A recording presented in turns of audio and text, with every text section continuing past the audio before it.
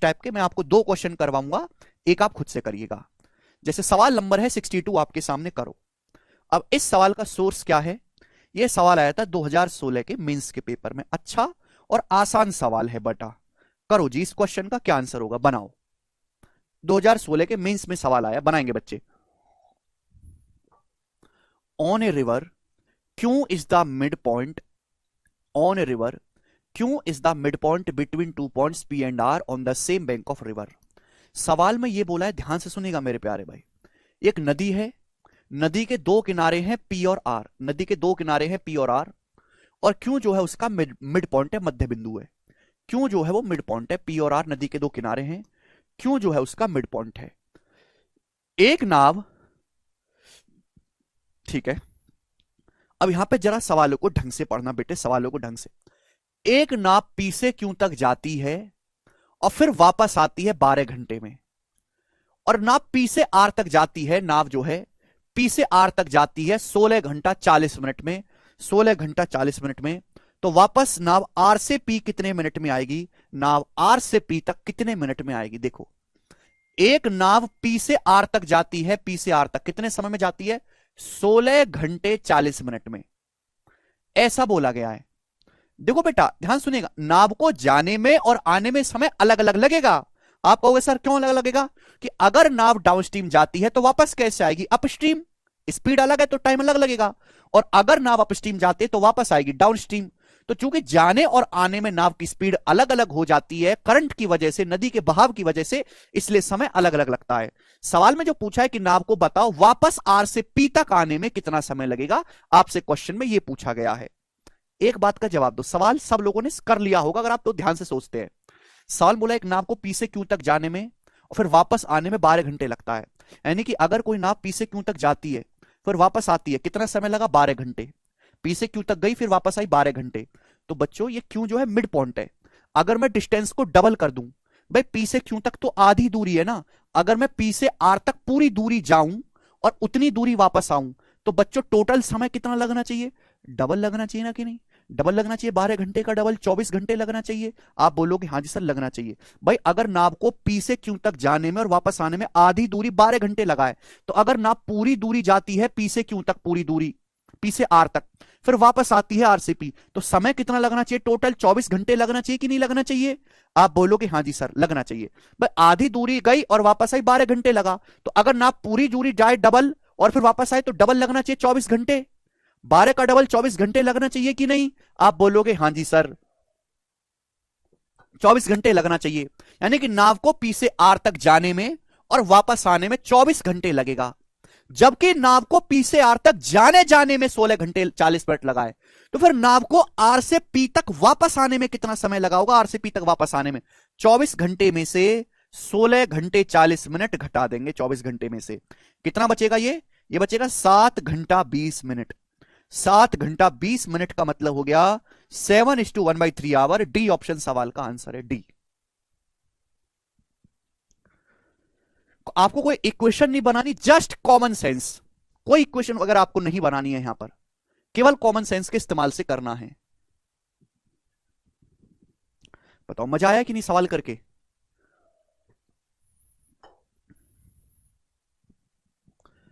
ठीक है भाई, अब देखो यहां पे मैंने कुछ भी लिखा नहीं है, अगर किसी बच्चे ने मेरी बोली गई बातों को मिस कर दिया तो समझ ही नहीं पाएगा। सुनना बहुत जरूरी है ऐसे सवाल में, क्योंकि लिखा नहीं जा सकता सवाल में, लिखे तो लिखे क्या, इसमें तो केवल सोचना है और आंसर निकालना है। ठीक है जी, चलो ऐसे ही सवाल नंबर 63 है, ट्राई करिएगा, मैं आपको समझाऊंगा। 64 4 सवाल है ऐसे, सॉरी मैं आपको 3 करवाऊंगा, 3 क्वेश्चन। 64 ये बताओ बच्चों, 64 सवाल का सोर्स है 2022 के प्री का पेपर, सीजीएल 2022 के प्री का पेपर बनाओ।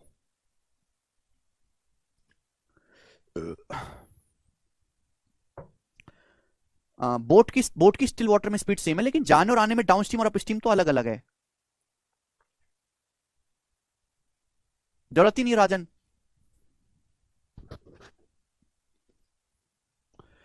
ठीक है कोई बात नहीं अंकुर, करेक्ट कर लेंगे। आकाश समझ नहीं आया तो अब स्किप कर दीजिए भाई, अब कुछ नहीं हो सकता। 64वां सवाल देखो, सेम सवाल है, कोई मेंस का कठिन सवाल नहीं है, प्री के पेपर का पूछा हुआ आसान सा सवाल है, प्री के पेपर का बनाएंगे भाई। सभी लोग ध्यान से सुनिएगा मेरे दोस्तों। अब जैसे क्या बोला गया है, एक्स और वाई दो पॉइंट है एक रिवर में, पी और Q line segment X Y को तीन इक्वल पार्ट में डिवाइड करते हैं, तीन बराबर हिस्सों में। तो जैसे मेरे प्यारे भाई ये एक नदी है, ये नदी है एक्स और वाई, एक्स और वाई इस नदी पे दो पॉइंट है, ये हो गया मेरे प्यारे भाई एक्स और ये हो गया मेरे प्यारे भाई वाई,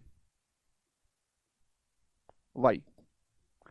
और पी और क्यू दो पॉइंट है लाइन सेगमेंट को जो तीन इक्वल पार्ट में डिवाइड करते हैं, पी और क्यू इस पे दो पॉइंट है, पी और क्यू, पी और क्यू इस पे दो पॉइंट है जो इस लाइन सेगमेंट को तीन इक्वल पार्ट में डिवाइड करते हैं, पी और क्यू एक्स वाई को तीन इक्वल पार्ट में डिवाइड करते हैं, ठीक है ना, यानी कि तीनों बराबर है, एक्स पी पी क्यू और क्यू वाई बराबर है। The river flow along X Y, नदी जो है वो एक्स से वाई की ओर फ्लो कर रही है, यानी कि down stream.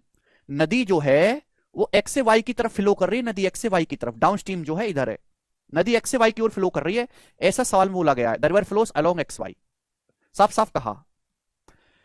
Time taken by a boat to row from X to Q and from Y to Q are in 4:5।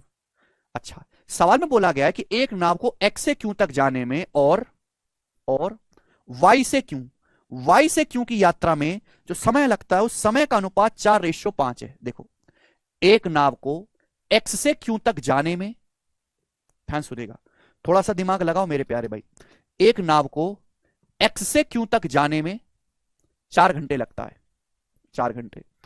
और वाई से क्यू तक जाने में, वाई से क्यू तक, वाई से क्यू तक जा रहे हैं, क्यू से वाई और वाई से क्यू में जमीन आसमान का फर्क है, वाई से क्यू और क्यू से वाई में जमीन आसमान का फर्क है। वाई से क्यू तक जाने में 5 घंटे लगता है, टाइम का रेशियो 4:5 है।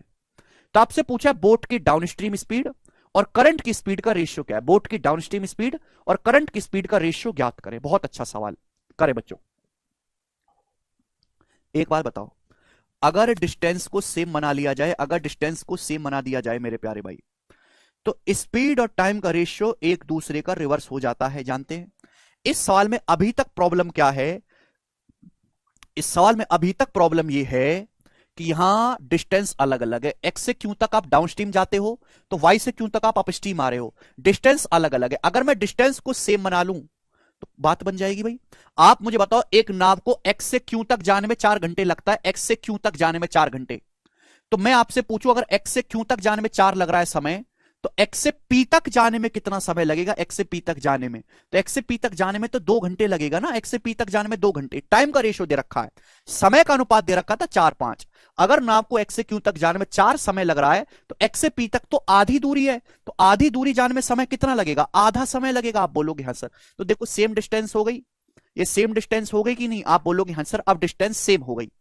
अब देखो नदी जो है वो एक्स वाई के समांतर बह रही है, एक्स से वाई दिशा में बह रही है, यानी कि एक्स से वाई जाओगे डाउनस्ट्रीम आएगा, वापस आओगे अपस्ट्रीम होगा, यानी कि एक्स से आप पी तक जाते हो डाउनस्ट्रीम, डाउनस्ट्रीम आपको जाने में लगा 2 घंटे। फिर आप उतनी ही डिस्टेंस, भाई जितनी डिस्टेंस है उतनी डिस्टेंस है, सेम डिस्टेंस आप वापस आते हो अपस्ट्रीम, अपस्ट्रीम वापस आने में लगा 5, अपस्ट्रीम वापस आने में समय लगा 5 घंटे। तो टाइम का रेशियो क्या है, टाइम का रेशियो है 2:5, टाइम का रेशियो कितना है 2:5। एक्स से पी तक आप जाते हो डाउनस्ट्रीम 2 लगता है समय, वापस आते हो अपस्ट्रीम 5 लगता है, तो टाइम का रेशियो 2:5 है। समझ में आया, कोई प्रॉब्लम। लेकिन आपसे तो स्पीड का पूछा है, तो स्पीड का रेशियो उल्टा हो जाएगा, 2:5 का उल्टा हो जाएगा स्पीड का रेशियो, 5 और 2, 5/2। ये डाउनस्ट्रीम और अपस्ट्रीम की स्पीड का रेशियो आ गया 5:2। वेरी गुड, बहुत सारे बच्चों का तो आंसर भी आ गया, वेरी गुड भाई मेरे, वेरी गुड। समझ में आया, आप बोलोगे हाँ जी सर आया समझ में। डाउनस्ट्रीम और अपस्ट्रीम की स्पीड का रेशियो 5:2 आ गया। आपसे सवाल में पूछा गया, आपसे सवाल पूछा है the ratio of speed of boat downstream to the river to the speed of river equal to. सवाल में आपसे डाउनस्ट्रीम की स्पीड और करंट की स्पीड का रेशियो आपसे पूछा है, नदी की धारा का चाल आपसे पूछा है, इनका अनुपात देखो। अगर डाउनस्ट्रीम की स्पीड 5 है, डाउनस्ट्रीम की स्पीड 5 है, तो अपस्ट्रीम की स्पीड 2 है, तो करंट की स्पीड क्या आएगी, करंट की स्पीड होती है डी माइनस यू बटे 2, करंट की स्पीड होती है डी माइनस यू बटे 2, 5 माइनस 2 3/2, करंट की स्पीड 3/2 आएगी, 2 ऊपर पहुंचेगा, 2 पंजे 10/3, तो 10/3 इस सवाल का आंसर होगा सी ऑप्शन, 10/3।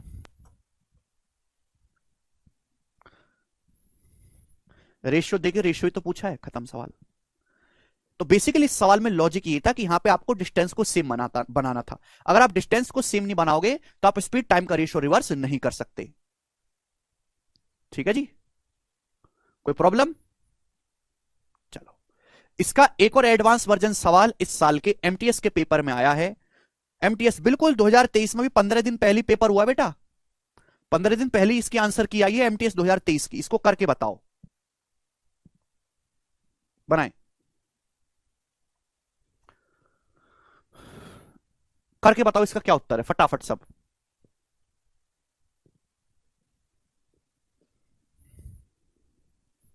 बेसिक ही था आदर्श वर्मा, ये डिफरेंस ही तो नहीं है अमन। वही क्या है, डी माइनस यू बटे 2। बेसिक से ही बताया नहीं थे, सही बेसिक था बेटा, आपने पढ़ा नहीं है। आप लोगों ने पहला लेक्चर ही नहीं पढ़ा। डिस्टेंस कांस्टेंट है, बताओ इस सवाल में मैंने क्या इस्तेमाल किया। इस सवाल में मैंने डिस्टेंस को सेम बनाया, बेसिक बात। डिस्टेंस सेम होगी तो स्पीड टाइम का रेशियो रिवर्स कर दिया, सेम बात। फिर करंट की स्पीड डी माइनस यू बटे 2। इन तीन कंसेप्ट के अलावा तो कुछ इस्तेमाल नहीं करा, और ये तीनों ही बेसिक कंसेप्ट है, तीनों ही आपको पढ़ाए हुए हैं। तो बताओ फिर बेसिक बचा कहां, और कौन सा बेसिक बताए। पर इन तीनों के अलावा तो कोई चौथी चीज लगी नहीं इस सवाल में, और ये तीनों चीज आपको पढ़ा रखी है मैंने 10-10 100-100 बार बल्कि। तो फिर दिक्कत कहां है, कोई हाई लेवल तरीका तो है नहीं है, बिल्कुल आसान तरीका है।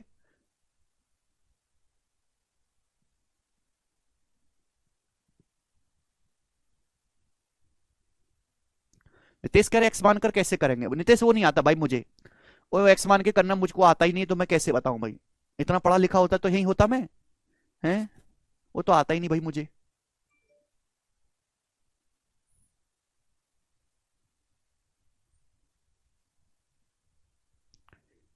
सीएनडी रूल क्यों नहीं इसमें भैया, जरूरत ही नहीं है मन। यहाँ डाउनस्ट्रीम और अपस्ट्रीम, डाउनस्ट्रीम और करंट की स्पीड का रेशियो पूछा है, एक्स से वाई का रेशियो नहीं पूछा है। ये देखा करो कि हमसे पूछा क्या गया है। बताएं सवाल जल्दी से, क्या आंसर है 65वां।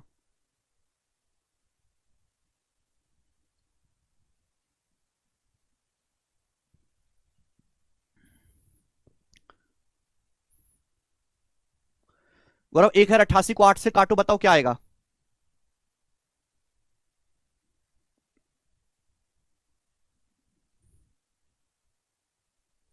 1088 का मतलब है 64 × 17, 64 का √8, 17 का √17।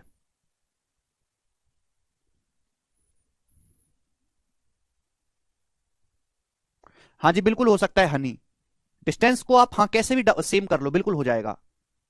गौरव जी √1088 का मतलब है 64 × 17, 64 का √8, 17 का √17, √17 जी।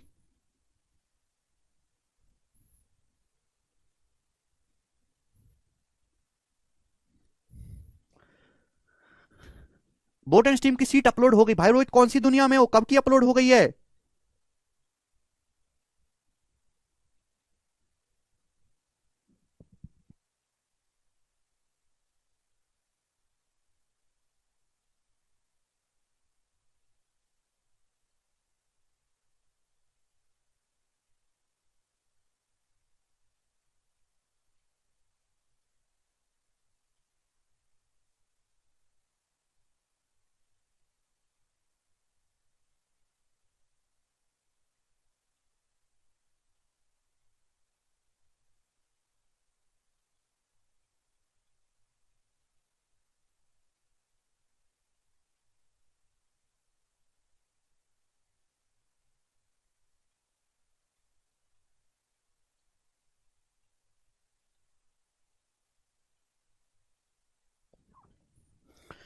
देखो कोशिश तो आप कर रहे हो, अब देखो रेशियो से ही सवालों को करना है, कम से कम स्मार्ट तरीका लगाया करो। आप रेशियो पर अपनी कमांड बनाओगे ना, ये एक्सपेक्स का चक्कर भूल जाओगे, बिल्कुल भूल जाओगे।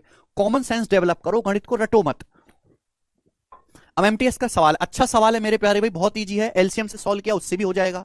ए boat takes 20 hours for travelling downstream from point A to point B and comes back to a mid point C between A and B. चलो एक सेकंड ध्यान सुनेगा मेरे प्यारे भी, ध्यान से। क्या है कि एक नाव को पॉइंट ए से बी तक जाने में 20 घंटे लगते हैं, ए से बी तक धारा के अनुकूल यात्रा करने में। ए और बी का मिड पॉइंट है सी, ए और बी का मिड पॉइंट जो है वो सी है, ये मध्य बिंदु है। सवाल में बोला है कि एक नाव को ए से बी तक जाने में 20 घंटे लगते हैं,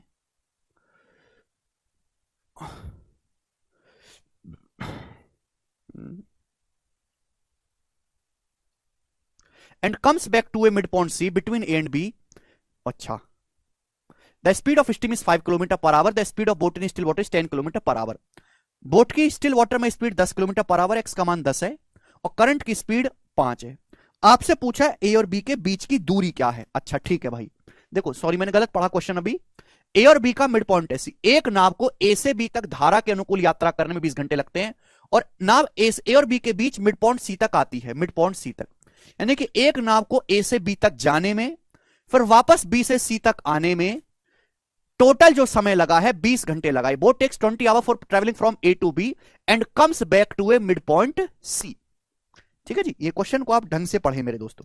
एक नाव को ए से बी तक जाने और वापस मिड पॉइंट सी तक आने में 20 घंटे का समय लगा। ठीक है जी, ए और बी के बीच का मिड पॉइंट है। करंट की स्पीड 5 किलोमीटर पर आवर है, बोट की स्टिल वाटर में स्पीड 10 है। तो आपसे पूछा ए और बी के बीच की दूरी। देखो इस सवाल को करने के तरीके कई सारे हैं। मुझे यहां पे स्पीड पता है, अगर मुझे यह पता लग जाए कि ए से बी तक जाने में टाइम कितना लगा तो क्वेश्चन सॉल्व हो जाएगा। अब एक बात बताओ, ए से बी तक गए फिर आप बी से सी तक आए, डिस्टेंस का रेशियो क्या है? आप ए से बी तक गए, बी से सी तक आए, डिस्टेंस का रेशियो क्या है? 2:1।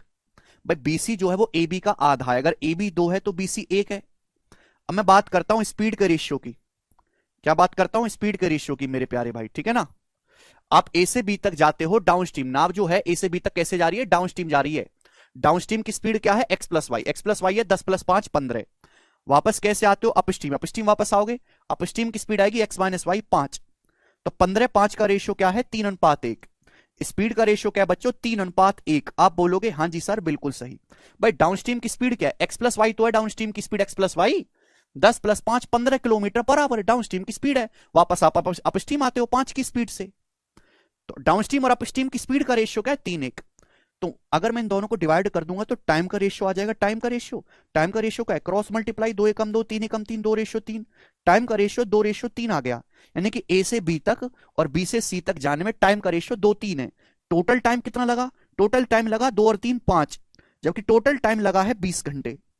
तो 5 की वैल्यू जो है वो 20 घंटे है मेरे दोस्तों, 4 गुना। तो ए से बी तक जाने में कितना समय लगा है? 4 गुना समय लगा है। 2 का 4 गुना 8 घंटे।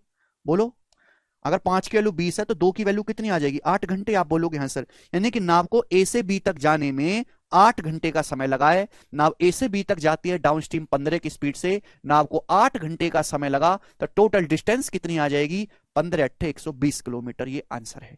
सबसे बेस्ट तरीका है करने का। यस, हो सकता है कि आपने दूसरे तरीके से किया हो मेरे प्यारे भाई, दूसरे तरीके से, ठीक है बच्चे, बट आपका जो है आंसर सेम ही आएगा। आप एलसीएम लेके भी सवाल को कर सकते हो, वेरिएबल मान के भी कर सकते हो, लेकिन आपको लॉजिक क्लियर होना चाहिए दिमाग में कि भाई मुझे इस सवाल में स्पीड दी हुई है और मुझे निकालना है डिस्टेंस। अगर मुझे टाइम पता लग जाए, टाइम, तो क्वेश्चन सॉल्व हो जाएगा। तो मैंने ये पता लगा लिया कि ए से बी तक जाने में टाइम क्या है, और टाइम कैसे पता लगाया? रेशियो का इस्तेमाल करके। ये बेस्ट तरीका है करने का। चलो अगला सवाल। अगला सवाल मेरे प्यारे में बहुत इंपॉर्टेंट कंसेप्ट है, ध्यान से सुनेगा, बहुत इंपॉर्टेंट कंसेप्ट। देखो बच्चों, और एक कंसेप्ट है मेरे प्यारे में, अभी तक तो मैंने कोई कंसेप्ट आपको बताया नहीं है, बट ये कंसेप्ट इंपॉर्टेंट है। देखो बच्चों,